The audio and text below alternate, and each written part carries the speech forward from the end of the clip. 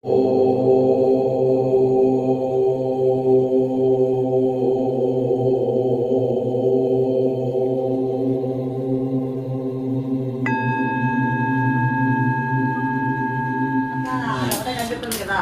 అంత అంత వినుకుంటే ఎక్కేయండి. ఇలా వినుకోరు. పాయింట్ ఏంటంటే నేనైతే చెట్ట కూడా ఇక్కడ సినిమా పాటలు వేయకుండా నాకు కొన్ని నియమాలు ఉన్నాయి. ఆ పాడితే చెట్ట కొడతాను, లేకపోతే కొడతాను అని చెప్పేసి అంటే అని ఎలా కుర్రలో ఎందుకు మన కృష్ణ పెట్టేది పొద్దున్న వేసి ఏమైనా దిడిపట్టేస్తారు. ఏంటంటే సమాజం ఎలా ఉందంటే ఇప్పుడు అంత భ్రష్టపోయిందంటే అంత భ్రష్టపోయింది. హిందుత్వం అనుకుంటారు కానీ ఆ హిందుత్వాన్ని నాశనం చేసేవాళ్ళు మన హిందువులే ఫస్ట్ రిఫరెన్స్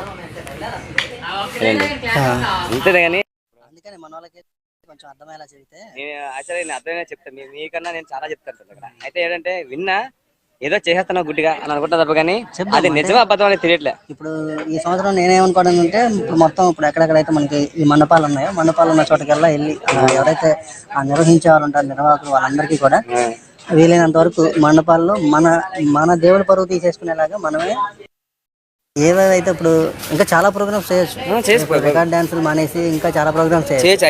చిన్నపిల్లలకి డిబేట్ పోటీ లాంటివి మన గ్రంథాల మీద ఇలాంటివి పెడితే ఇంకా వాళ్ళకి చదువుకునే ఆ జిజ్ఞాస కలిగించిన వాళ్ళం ఉంటుంది. అదే ఇలాగా ప్రతి ఒక్క చోట కూడా మనం కొంచెం వీలైనంత వరకు అలా ప్రతి చోటకి వెళ్ళి డైలీ అంటే ఇవాళ రేపు 2 రోజులే కొంచెం కొద్దిగా వాళ్ళకి వివరంగా అర్థమయ్యేలాగా చెప్పి ఇది మన పరిస్థితి ఇలా వాళ్ళు ఎక్కిస్తున్నారని చెప్పేసి ప్లాన్ వేసానండి.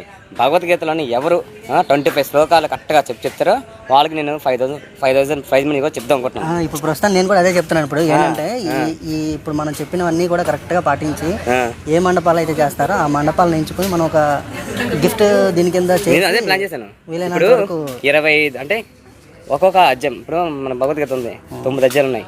ఈ 9 అధ్యాయాలని ఒక్కొక్క అధ్యాయం అంటే 3 18 రామాయణం అనుకుంటున్నా. అయితే ఈ 18 అధ్యాయం నుంచి ఒక్కొక్క అధ్యాయం 3 మరి 18 అంటే పోనీ సరే సంస్కృత శ్లోకాలు ఉన్నాయి, వచనం ఉంది కదా. వచనం ఉంది అంటే నేనేటంటే పాయింట్ ఏంటంటే నాకు ఎవరు చెప్తారో ఇప్పుడు 9 రోజు ఇది వినాయకుడి గుడి నేను ఫస్ట్ రోజు అనౌన్స్మెంట్ చేస్తాను.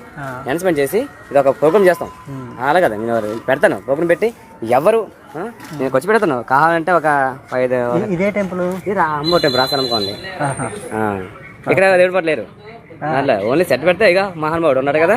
ఏంటి పొద్దున్న వేసి ఎన్ని కదా పాటలు వేసే పాటలు లెక్కనే దేవుడిని సినిమా పాటలు మెలుగు పెడతాడు. దేవుడి పాటలు కాదు మన పరువు మనమే తీసుకున్న వాళ్ళం అవుతాం అలా చేస్తే. ఆయన వినరు.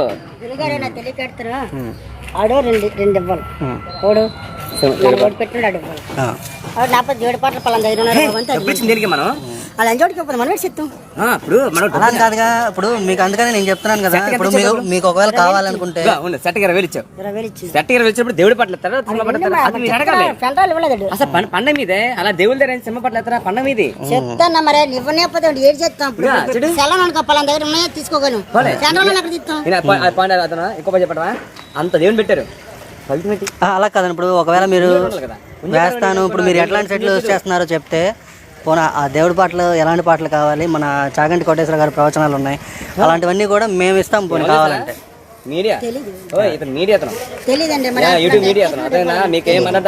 అదే ఒకవేళ వాళ్ళు ఇవ్వకపోయినా సరే మేమైనా సరే ఇస్తాం.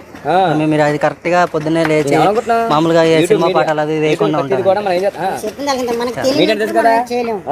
అందుకనే తెలియజెప్దామని కదా ఇప్పుడు మరి మేము వచ్చింది మరి. అదేనా అయితే ఏంటంటే మన చెప్తారు ఇద్దరు వచ్చి ఏం చెప్తారు సినిమా పాటలు ఏదని చెప్తాను నేను వచ్చి ఇప్పుడు దేవుడి ఎక్కడ ఇప్పుడు వచ్చి ఈయనకి ఏ పని ఎక్కడెక్కడ విగ్రహాలు ఎన్ని పెట్టిన అక్కడికి వెళ్ళి వినాయకుడి పాటలు వేయండి సినిమా పాటలు వేయద్దు మన హిందుత్వం నాశనం చేయొద్దు అని చెప్తాడు. నాకు తెలియనప్పుడు నువ్వు చెప్పావు. నువ్వు వచ్చిన ఊరు నువ్వు ఆయన రారా అన్నప్పుడు నువ్వు దగ్గర చూడు. నేను ఏడ్ చేయాలి. అందుకని ఈసారి మేము ఇస్తాము. చేస్తాం రా తర్వాత మీరు చేసుకోండి. కానీ నువ్వు చెప్పింది ఇది కానీ అట్కాసి పడిపోయినట్టు ఈయన చెప్తాను నా ముక్కలు నేను వచ్చాను మీడియా. ఇదే మనము ఇక్కడ వినాయక చవితి మండపాల్లో సినిమా పాటలు వేసుకొని మన దేవుడి పరువు మనమే తీసుకుంటున్నాం. అడిగే వాళ్ళు ఏమని అడుగుతున్నారంటే ఇప్పుడు ఇక్కడ వినాయకుడిని పెట్టి పొద్దునే లేగానే అయితే పెడుతున్నారు ఈయన టీడీపీ ధర్మభోగం ఛానల్ ఉందోటి టీవీలో వస్తుందా ఆయన న్యూస్ ప్రెస్ అయినా ప్రతి చోట ఇప్పుడు ఎక్కడైతే మండపాలు పెడుతున్నారో మండపాలు పెట్టే ప్రతి చోట ఇప్పుడు మీరు మన హిందుత్వం కాపాడడం కోసం చెప్తారు తప్ప కానీ చెప్పట్లే. అది మేలుకుంటే మేలుకోండి, లేకపోతే మీ కర్మ అంతే, అంతే కదండి. ఏంటి మన పరువు మనం తీసేసుకోవాలి.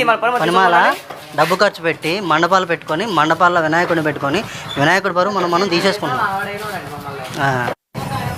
ఓకే కదా మరి అయితే చేస్తారు వాళ్ళ మనసు ఉండదు. మీరు ఉన్నారు కదా ఇక్కడ, మీరు చూసుకుంటారు కదా. ఇంకా మిగతా చోట్ల చూద్దాం మనం. ఇంకా ఏంటంటే కొంచెం ఈ వినాయక చవితి ఈ 9 రోజులు కూడా ఇక నాకు కంప్లీట్ ఇదే పని. ఏంటంటే ఇక కంప్లీట్ పొద్దున్న 10 నుంచి రాత్రి 10 దాకా అనుకోండి. ఈ చెల్ల ఉందా, ఈ చెల్ల ఒక దేడిపాటు ఉండదు. ఐస్మా శంకరు సాహు వచ్చింది కదా, ఇవి అయ్యే ఉంటాయి ఈ రోజుల్లో. ఇక అయ్యే అదే అదే నిర్ణయం కూడా కాదండి. అదే చెప్తున్నాను. ఇప్పుడు అలా కాదు, దేవుడు ఎందుకు చెప్పు. అలా కాదు, ఇప్పుడు దేవుడి పాటలు కంటిన్యూస్గా వినట్లా, మధ్యలో మార్చండి. భగవద్గీత మార్చండి. అది అయిన తర్వాత పోనీ అది కూడా కంటిన్యూస్గా వద్దు, మళ్ళీ మార్చండి. మన చాగంటి కోటేశ్వర గారి ప్రవచనాలు మార్చండి.